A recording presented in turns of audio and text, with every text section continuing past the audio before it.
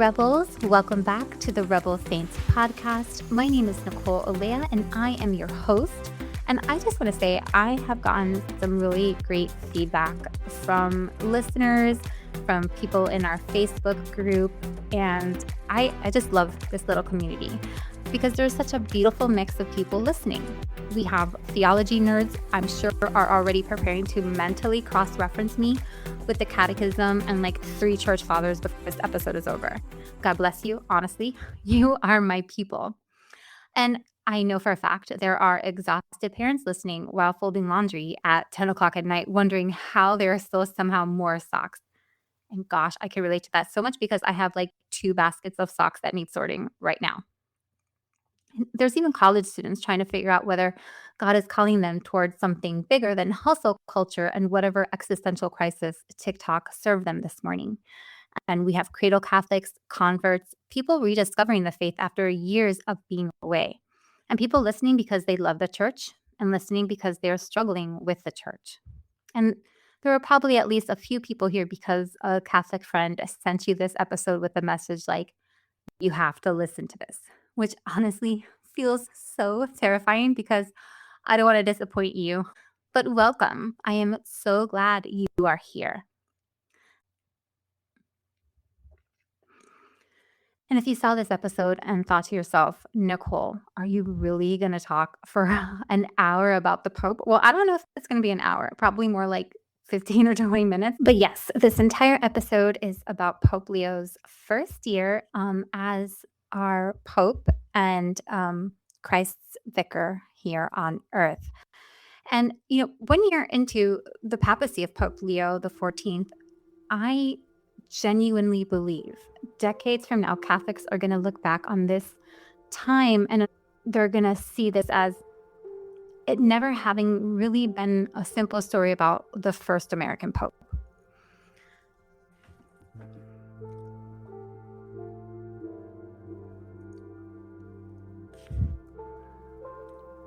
It is the story of a man stepping onto the balcony of St. Peter's Basilica at one of the most anxious, divided, spiritually exhausted moments in modern history, and greeting the world with a single word: peace. I still remember watching it happen when he said, "Peace be with you all." I mean, can you remember it? Do you remember it? Like the bells of Rome, they were ringing. The square beneath of St. Peter was just overflowing with people, waving flags, crying, filming grainy videos on their phones. And suddenly we have this Augustinian missionary from Chicago, no less, who stood before the world for the first time and had the most peaceful, beautiful look on his face. And although I can only imagine like what was going on the inside, but he just emanated peace, right? And he could have chosen anything at all. But he looked out at the restless world and he said, "Peace be with you all." I mean, gosh, it was just, I don't think it was accidental. Not at all. And as I've kind of grown to know more about him this year and just more about St. Augustine especially, I think it's definitely been intentional. Because according to Vatican News and multiple reports marking the first anniversary of his pontificate, Pope Leo has referenced peace more than 400 times throughout his homilies, audiences, speeches, apostolic journeys, Easter messages, and public appeals during this first year alone. 400 times. At that point, it becomes impossible to dismiss peace as a passing theme or a poetic preference. It becomes clear that this is the center of how Pope Leo understands the mission of the church in this moment of history. And maybe that sounds simple at first until you stop and really think about the world we are living in.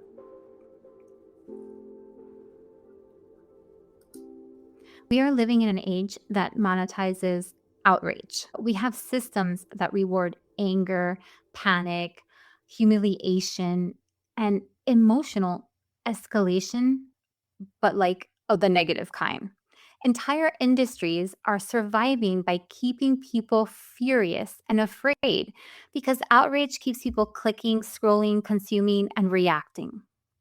Most people now encounter the world through a constant stream of conflict: political conflict, cultural conflict, family conflict, online conflict. People wake up and immediately begin absorbing the anxieties of the world throughout a glowing screen in their hand before their feet even touch the floor.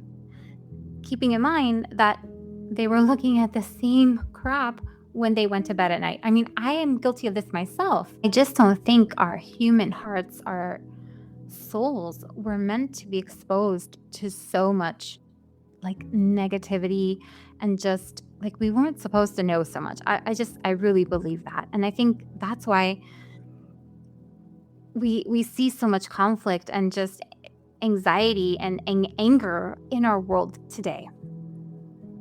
And because of that, there is this kind of low grade exhaustion hanging over modern life. And I think a lot of us feel that right now. And people are tired. And I'm not talking like the ordinary tired, I'm talking soul tired. The kind of tired that St. Augustine understood long before smartphones and 24-hour news cycles existed. And this is where Pope Leo XIV becomes fascinating to me, because he is not only the first American pope, he is also the first Augustinian pope. That matters more than people realize, because if you understand Augustine, you begin to understand why this papacy sounds the way it does.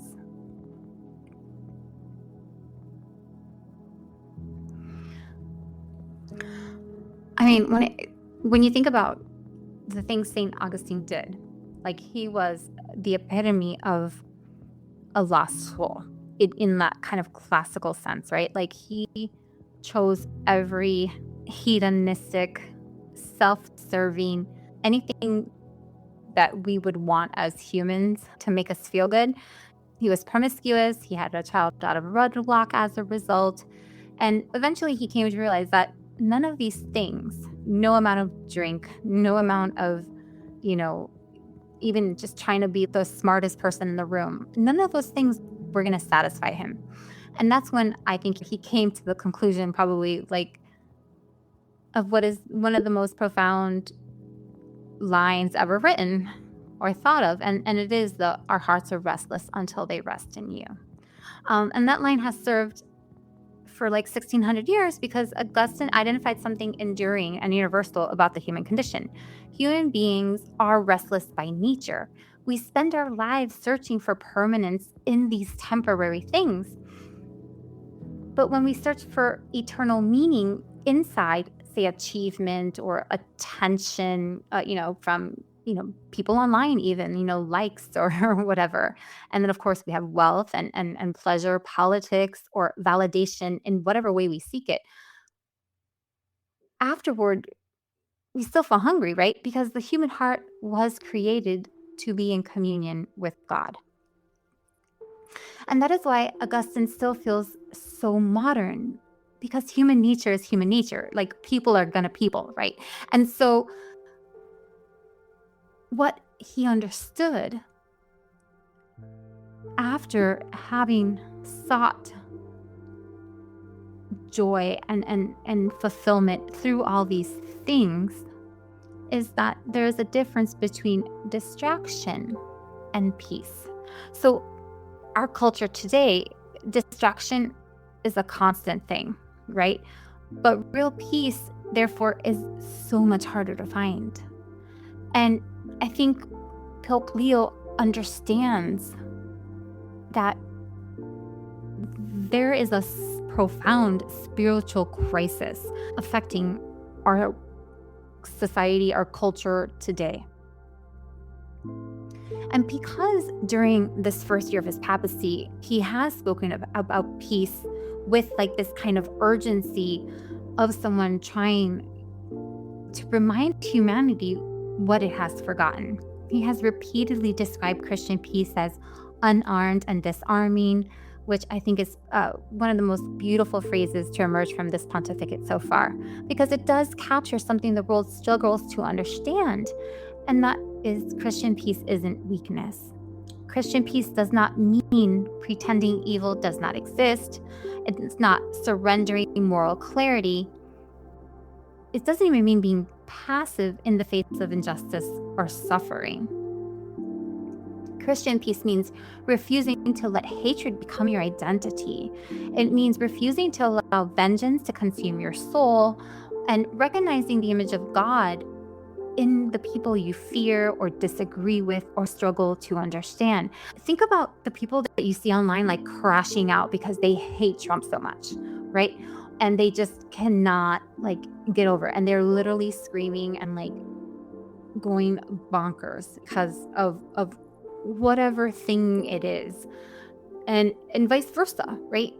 That's kind of like they're not going to find peace because they are like just choosing to live in this like angry and anger state of being.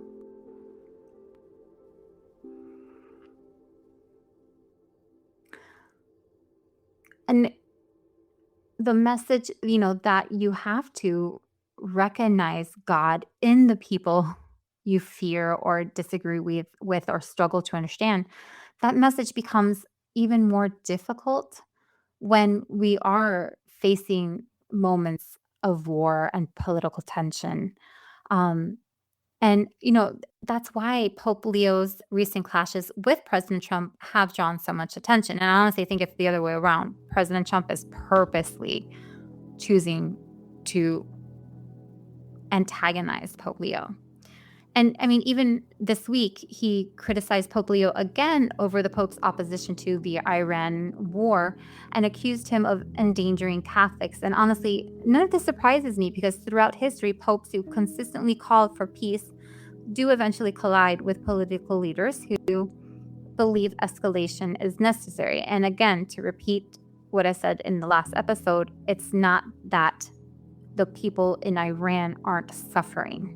I mean, there have been so many executions, nay, murders by the IRGC since January that it's astonishing to me. But again, if you want to go back and listen about just war and all that, you can go back to the last episode. So I'm not going to get into it. So it's not that. It's not, like being passive that way.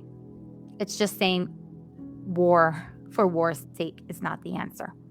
So, this tension isn't something new to popes and to the Catholic Church, because the Church has always existed in this uncomfortable space where she speaks to the conscience of the world.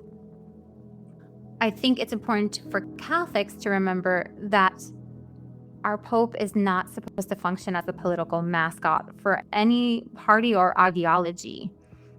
The Pope's role is to point humanity always back toward Christ, even when it frustrates people across the political spectrum or even people who, agree with most of the things he has to say.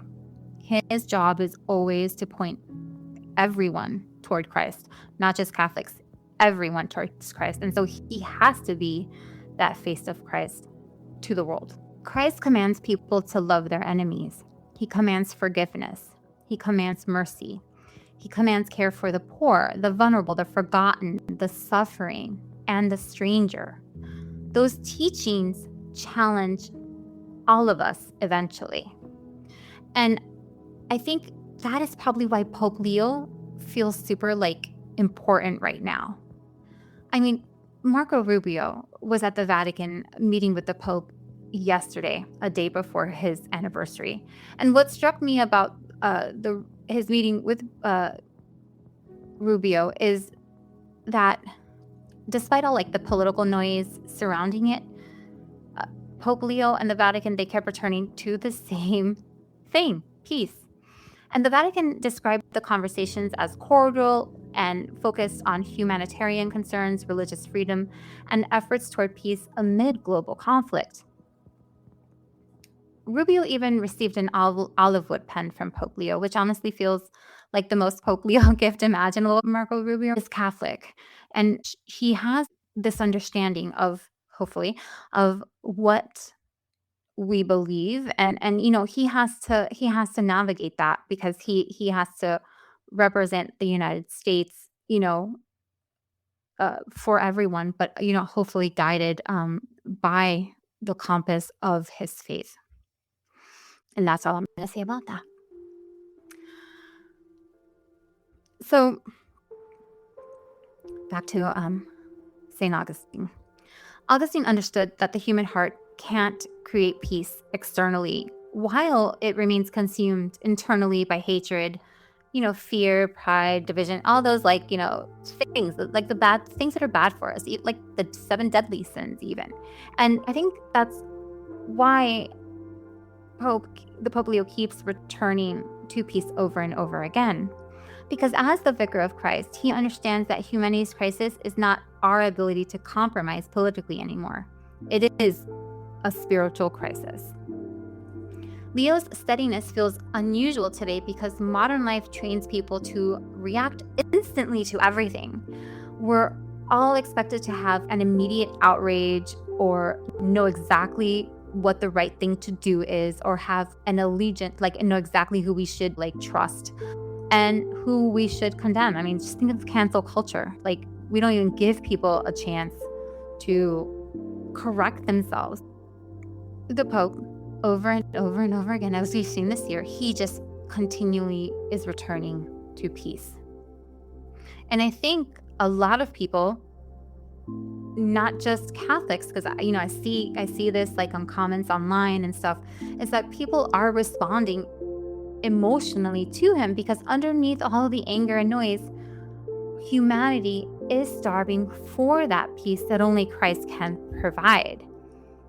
Peace rooted in the belief that Christ has conquered death itself. That is the center of Christianity. It's not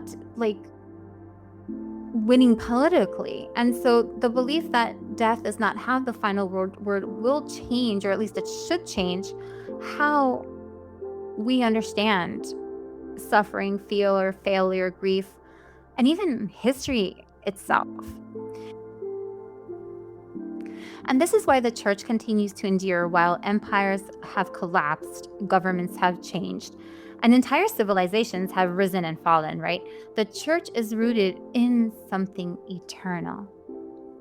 And this is also why I think Catholicism as a whole is still kind of captivating to a lot of people, even, again, people who aren't Catholic. And that's why I think there is so much attention that surrounds conclaves on a global scale. And I think it's because somewhere underneath the modern cynicism, we are all still searching for this transcendence. We still desire beauty, mystery, permanence, ritual, and meaning. And I think maybe that's ultimately what Pope Leo XIV's first year has represented, at least for me.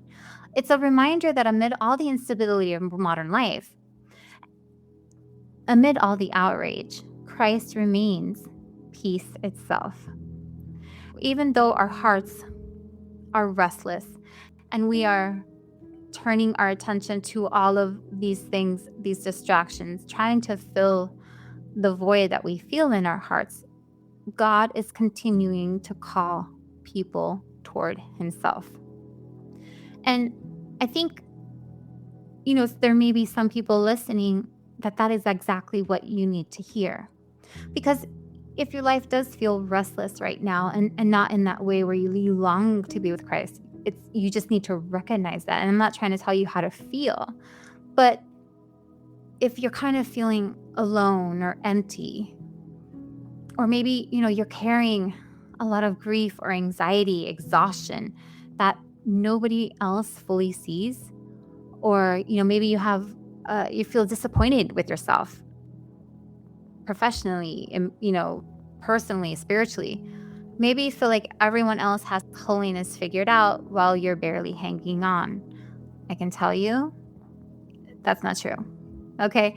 I don't even have holiness figured out yet. And I don't think I ever will. And I think that's kind of the point for most of us, Rebels, we have to keep in mind that the saints were never perfect people, gliding effortlessly through life. Augustine certainly wasn't, right? Peter was impulsive. Thomas doubted. Martha became overwhelmed. The saints became saints because they kept turning back toward Christ again and again and again. He called them and they turned toward him. That is holiness, okay? Holiness is just having a supernatural faith, a faith in God's redemptive grace. Holiness here on earth, it's not perfection, but it is persistence in love. And maybe that is what this papacy is inviting the church to remember during this restless age that we find ourselves in. Peace is knowing that we can't control every outcome. Peace begins when the human heart finally rests in God. And I want to leave you tonight with some other words by St. Augustine, and they are, "Late have I loved you, beauty ever ancient, ever new."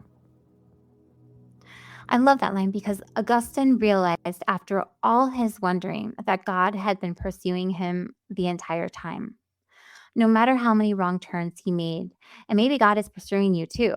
In fact, I know he is right now, not when, now, right in the middle of this ordinary human life. Because Christ has always called restless hearts. And honestly, that gives me so much hope because I get lost on the daily. I'm Nicole, and this is Rebel Saints. For restless hearts called to be saints. Restless hearts, you are welcome here.